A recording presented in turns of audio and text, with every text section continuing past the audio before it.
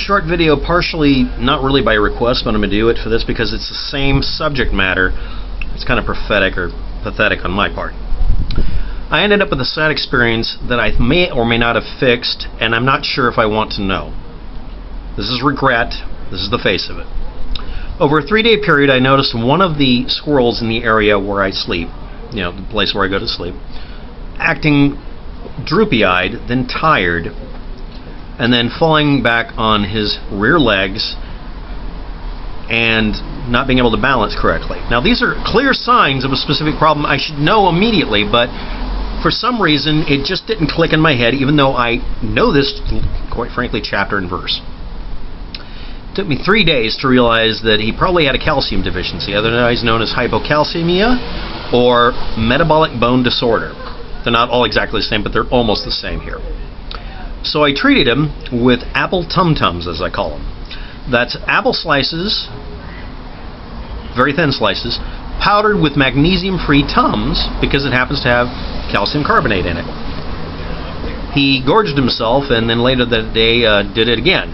By then he was perked up a bit, wouldn't allow me to touch him anymore, and that's part of the problem of it. I think I can't catch him. I have a regret about another one over a year ago, which was the same problem. Found one that needed help, couldn't catch it. It was healthy enough to run away.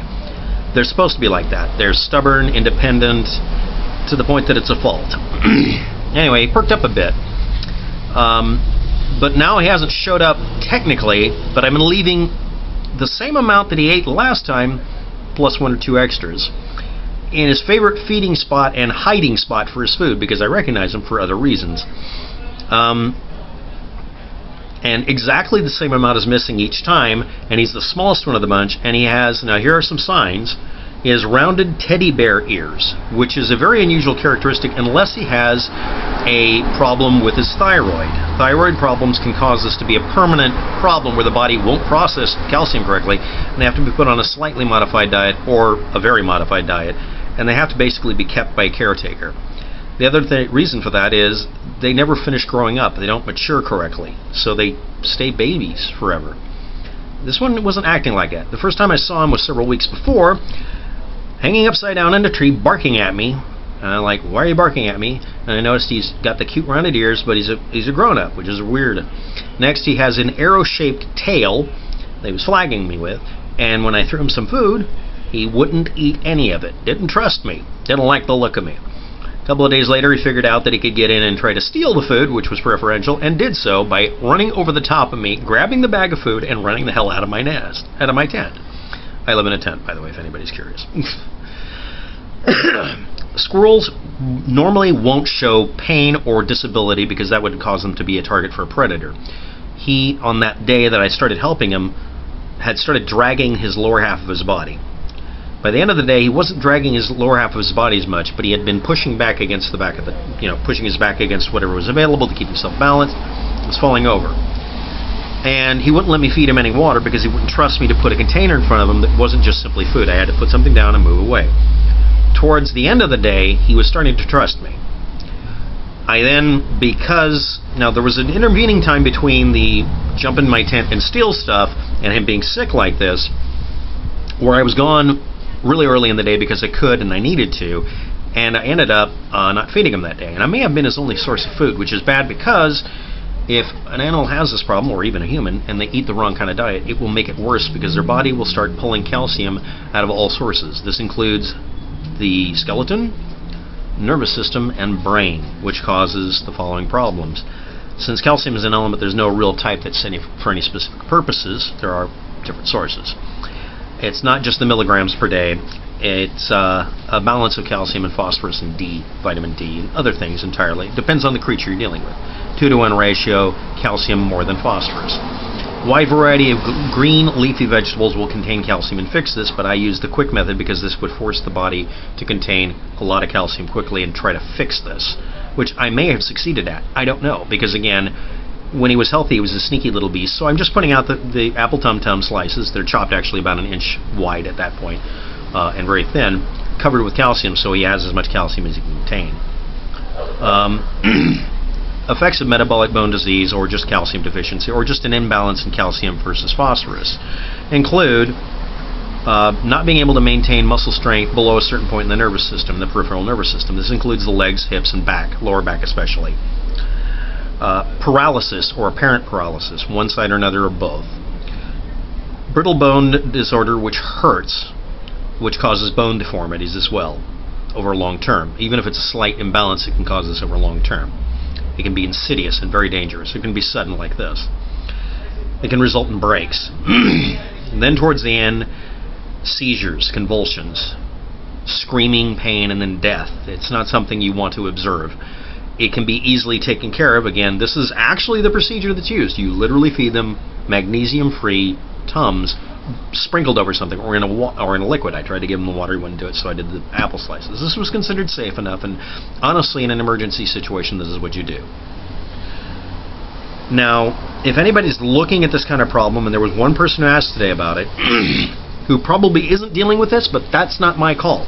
Without seeing a YouTube video at least, and with me not really being a true expert in this, this would require that the person preferably upload a YouTube video and or go to a place called thesquirrelboard.com, because they're used to this sort of problem. They can diagnose it faster. It's a sort of a crowdsource activity. Read all the links below slowly. Calm yourself down if you think you have a problem. You may have some time, but not more than a day of time. That's the problem with it. I ended up accidentally wasting 3 days simply because it didn't click in my head what I was looking at, because it didn't. It's not something you normally see in a grown-up squirrel. Again, this one may have a genetic issue that causes this. I don't know, because I can't diagnose it better than that. And I'm probably misdiagnosing the hell out of it. I'm not going to call myself an expert. And I do regret that I did not do this as quick as possible once I figured it out. I did it immediately, to the exclusion of many things. But anyway, you can ask those people at Squirrel Board immediately. And they're the best and fastest source I know of. Next to going to a wildlife rehabilitator in your area, you have to type in wildlife rehabilitation and wildlife rehabilitator in your area, and find one that's usually independent, because many rehabilitators are legally compelled by their state to euthanize any animal that isn't part of the species that are native to the area. This may be considered necessary for conservation purposes, but that means is, however, that you may end up taking an animal somewhere and they just kill it. Next, it is not more humane to kill an animal when it can be fixed by literally, I'm not kidding, basically giving it Tums for, it would take a month, but giving it Tums for a month. And yes, I am still putting out apple slices covered with this stuff, and the one that keeps eating it eats exactly the same amount, and that's a lot less than the others. I'm hoping the other squirrels don't find that spot. And again, it was very territorial, so I don't think they want to go near it. I don't know. I may not know. And I'd like to believe that it's going to be okay. And I'm really, really sad about this. Yes, I've cried about this. I'm a big, stupid idiot. Anyway, see also a list below in the form of an imager and an archive.li of what to and what not to feed squirrels in your area, because you do not want to induce this. If you feed them too much of anything, including corn, you can cause this, which means they just go off in the hills somewhere and die in agony because their body starts having the wrong phosphorus or calcium ratios. If you're going to feed them something, feed things that won't induce this problem. Other than that, that's all I can give you. The Squirrel Board, Squirrel Refuge, squirrel-rehab.org, squirrelrehabilitation.com, Henry's Healthy Pets, which actually sells foods for wildlife and is an approvable and shippable version of it. They're not really all that expensive. And then last, the National Flying Squirrel Association, because they're kept as pets. This is a very common problem. If you keep one as a pet, it's a bad idea, because this will happen eventually unless you're really diligent. They generally fix this themselves in the wild. That's why this is so unusual for an adult. It just didn't dawn on me that an adult squirrel could end up like this when it's away from other human beings. And also refusing to eat what I put out, but then again coming in and stealing food, so it should have clicked. So this is my mistake, and one of the rules of being a hacker or a geek is if you make a mistake, correct it, and then post the solution. And the solution in this case is, I'm not an expert. I've assisted, I've helped, I've learned all this stuff, but unless you have experience, you don't have experience. And some web boards do. There's like 5 of them, but that's the one that I know of that's the least problematic, that will have the least amount of trouble getting information to you, and has the highest success rate I've seen.